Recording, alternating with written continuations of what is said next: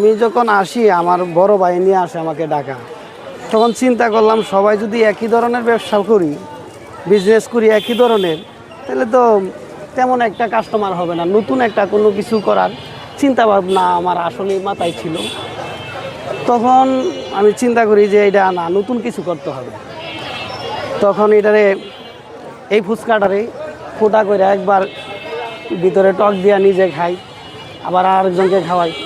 দেখি যে এটার চাহিদাটা, এটার যে টেস্টিটা আসলেই ভিন্নতা, এটার টেস্টিটা আসলেই ভিন্নতা।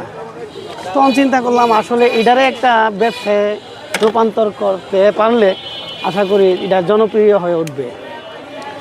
ওই তখন থেকে এই চিন্তা ভাবনা করে এই সিস্টেমটা চালু করছি আস্তে আস্তে। প্রথমত অবশ্যই কষ্ট হইত, একজনকে এই বুঝায় বুঝায় খাওয়াইতে হইতো। যখন একজন আয়সা চাইতো যে মামা ফুচকা দেন, তখন আমি বলতাম ফুচকা খাইবেন না পানিপুরি খাইবেন, একটা একটা করে দিব। ওইভাবে খুব কষ্ট করে এইটা করা হয়েছে, এই সম্প্রচারটা করা হয়েছে। তো আস্তে আস্তে যখন সবাই দেখলো যে না, এইভাবে খেলে আসলেই টেস্টি পুরোপুরি পাওয়া যায়, তখন এটার প্রতি মানে সবাই একটু আকৃষ্ট হয়।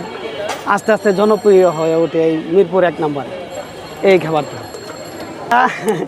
আসলে যারা এখান থেকে দেখা গেছে তারা ওই জিনিসটা তারাও পারবে না এরকম না, তারাও পারবে। যদি কোনো কিছু মানে তাদের জানারও তাকে আমার কাছ থেকে ইনশাল্লাহ জিজ্ঞাসা করে নিতে পারবে। তা ইনশাল্লাহ আমি বলে দেবো কীভাবে করতে হইবে। এটাও আমি সব দিকে তো ইনশাল্লাহ সুযোগ দিয়ে রাখবো। কারণ একজন যদি ব্যবসা করে খাইতে পারে, এটা আমার জন্য ভালো, দেশের জন্য ভালো। তারা একটা কর্ম পাইল, নতুন একটা কর্ম পাইল।